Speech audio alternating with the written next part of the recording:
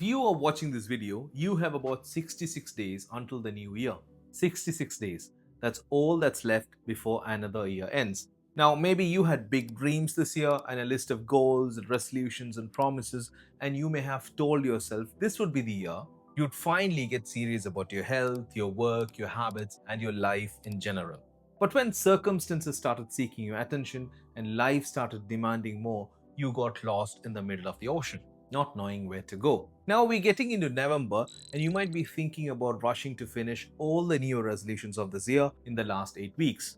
But I want you to forget what you did or did not do this year, forgive yourself, and give yourself one more chance, and consider this video as an invitation to reinvent yourself. Consider asking this one question before you get to the end of this video. What if the next 66 days could change the entire direction of my life? Now imagine what if the last 66 days of this year could become the first 66 days of the rest of your life. And remember, this doesn't matter how you started this year. What matters is how you finish it. And if you give the next 66 days your full attention, you could walk into the new year as a completely different person. And before we go further, make sure you subscribe and click the bell icon, because it will help you to stay on this journey with me. You have probably heard people say it takes 21 days to build a habit. You must have also heard that it takes anywhere between 18 to 254 days to build or break a habit. The fact is, these numbers are not accurate. Breaking or building a habit largely depends on an individual.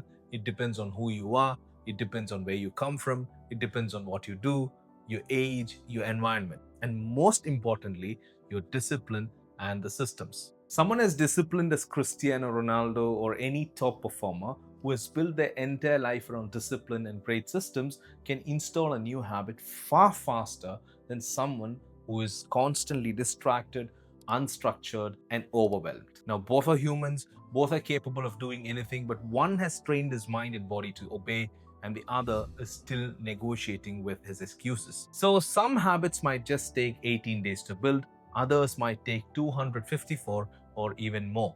But there's a dependable middle point, which is 66 days, which means if you put enough effort for the next 66 days, which is a long time, you can build or break almost any habit.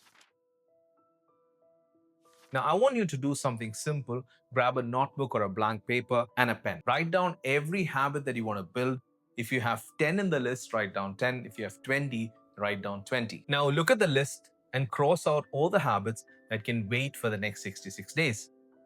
Remember, we're not doing a new resolution, we are doing a life resolution. And of course, it's scientifically proven that the beginning of a week, month, or year motivates us to start taking actions on our goals. But I want you to be aware that this is your life project. We're just using the next 66 days to anchor the project to you. And remember this, waiting always kills the intensity of the dream. I'm sure that by the time you end this video, you would have warmed up for the bigger exercise. And let's leave behind all the goals you had set in 2025 and start again. And now from the list, pick 1 or 2 habits depending on the level of your discipline and systems. And you must have heard of this countless times and must have been a cliche for you, but maybe you never really felt it. Because what you repeatedly and by default do is who you become. Let's divide the habits into 2 types. One is the keystone habits and the second is the micro habits. And if you have come so far in this video, let's understand what a keystone habit is. Keystone habits are the ones that can rewrite your story. They are the highest impact habits, like the foundation of your house. And the stronger and deeper they are, the more naturally everything else aligns. Keystone habits are like dominoes. Push one and it silently pushes 100 others. These habits reshape who you are, not just what you do. And they create a ripple that touches every other part of your life. Some great examples of keystone habits are like journaling, meditation, prayer, exercise, consistent sleep, reading, or learning every day. When one of these becomes stable, life begins to realign effortlessly. Just to give you more clarity, I would like to tell you how 2 of the best keystone habits could help you in all other areas of your life. Number 1 is exercise. Any form of exercise, any rhythm that reconnects you with your body. It doesn't just make you stronger or fitter, it makes you steadier. When your body moves, your energy balances, and hence your sleep deepens, and hence your focus sharpens, and hence your mood stabilizes. Your physical strength becomes the foundation for mental clarity. You stop overthinking and action becomes your default mode. As you put your body into work, your mind learns resilience. Emotionally, you start to experience less stress, anger, and frustration that once sat heavily inside you. And it starts to flow out through movement. And somewhere along the way, what began as exercise turns sacred. You start to realize your body is your first home, and how you treat it mirrors how you treat your life. Discipline becomes devotion, and motivation becomes meditation in motion. The second best keystone habit is journaling. If you're someone who lives mostly inside your head, constantly thinking, planning, and worrying, you should consider journaling as your keystone habit. Not as a productivity tool, but as a way to be honest with yourself. It slows down the chaos inside your mind long enough for you to see what's really going on. When you write, your scattered thoughts take shape, the noise turns into meaning, and that mental clarity eases the emotional weight. You begin to process what you feel instead of carrying it wherever you go. And you eventually start recognizing patterns, what drains you, what excites you, and what you've been avoiding. As your emotional awareness deepens, you reconnect with your wiser inner voice, and you stop seeking answers outside and start listening within.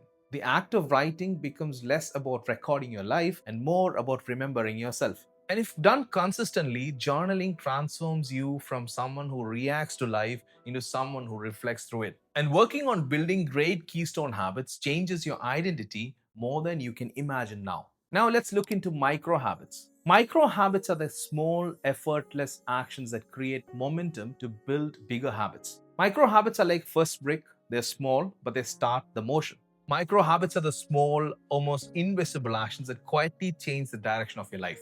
They don't demand much effort or time, but they create momentum when everything else feels heavy. Making your bed, drinking water after waking up, writing one line in a journal, stretching for 2 minutes before sleep, these are not grand achievements, but gentle reminders that you are in motion. They build trust with yourself in the smallest ways possible. Each act sends an evidence to your brain that you are someone who starts. They give you the confidence of taking on bigger things. Something like making your bed is not really about folding the blanket or the bed sheet. It's actually about a message that you send to your brain that you're going to start your day with order. When you take 30 seconds to bring structure to your space, your mind starts to mirror it. Your thoughts feel lighter, your emotions settle, and you begin your day from a place of control rather than chaos. When your outer world is in order, your inner world begins to follow. And from the small sense of calm, better choices, better focus, and a better day naturally unfolds. Or take something as simple as drinking water before you touch your phone.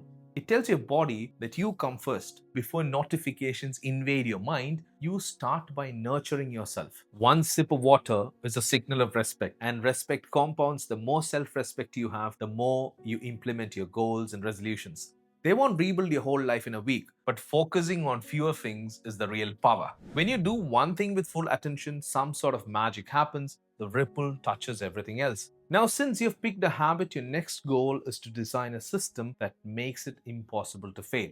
And let's say you take exercise as your one habit. How do you build a system that makes it impossible to fail? I'll give you an example. So, this is how you build a system to exercise regularly. Number one is pick a fixed time. Choose one slot, make it sacred. Example, right after brushing your teeth in the morning. Don't move it around. When the time stays same, the habit becomes automatic. Number two is keep everything ready. Lay out your clothes, shoes, and water the night before. Visible gear means fewer excuses. When you wake up, you see it and you move. And number three is lower the bar. Promise yourself just 5 minutes of movement. If you feel tired, walk. If you feel strong, do more. But never skip. You can do less, just never nothing. And number four, create a cue. Create a small ritual that trigger the habit. Play one song, stretch your arms, or take a deep breath. The same thing every time. The cue becomes a switch that starts your system. Rotate the intensity. Don't go all out every day. Mix light and heavy days, walking, yoga, stretch. It keeps your body fresh and your mind unresistant. And number six, track the feeling, not just the numbers. After you move, write words like calm, focused, energized. You start craving that feeling more than the workout itself. And number seven, no 0 day rule. Even if you're exhausted, do something like one push up, one stretch, one breathe. You don't break the chain, you just make it thinner. And number eight, reset every Sunday. Wash your clothes, refill your bottle, prep your space. A clean setup keeps your system alive. And you see, systems create rhythm, and rhythm is stronger than motivation. When you leave with the rhythm, missing one day doesn't destroy you. You simply adjust and continue. That's the difference between a perfectionist and a builder. A perfectionist quits when the rhythm breaks, and a builder listens and keeps the music playing. And if you build a great system, there are three factors you must stay careful about. First is simplicity. Simplicity is actually power. Most people overcomplicate growth by chasing perfect plans, fancy tools, and ideal timings. But complexity kills consistency. Perfection is just procrastination in this case. Simplicity makes habits feel human. It lets you start small, stay peacefully, and still feel proud. And the second is ego. Your ego wants you to do everything: run 10 miles, meditate an hour, transform overnight. But that's performance, not growth. The ego doesn't want progress, it wants attention. It's not about the world noticing you, it's about you noticing yourself. The third is consistency. Intensity excites you, but consistency transforms you. 66 days of showing up, even imperfectly, will change who you are. You don't force change, you become it. And one consistent act at a time. If you've reached this part of the video, I want you to think of it as a 431-day project. Now zoom out for a moment. Imagine dedicating the next 66 days to mastering just one habit. And once that foundation is built in the next 66 days, carry the same principle into the next 365 days of the new year, repeating the process 4 or 5 more times. It's 431 days of rebuilding yourself piece by piece. And if you follow this, the 432nd day, you will become a powerhouse. If you haven't already watched my 2 previous videos, one is about resetting your life with the October theory, and the other is a 4-hour reset on you. Please do watch it, and it will help you as you are about to work on the biggest project of your life. And use the next 66 days as a doorway to the new you. And remember, you don't need a calendar to rebuild yourself. You need a new mindset, and you need to start it today, in this moment, because this moment is all we truly own. Wishing you strength and clarity for the next 431 days. And when you start, leave a comment that says, I'm starting now. And then come back here on the 432nd day and make a comment that I made it. Love you all. And if this video resonated, share it with one friend, just one friend who needs this most. And don't forget to subscribe and watch the previous videos. See you next time. Have a good day.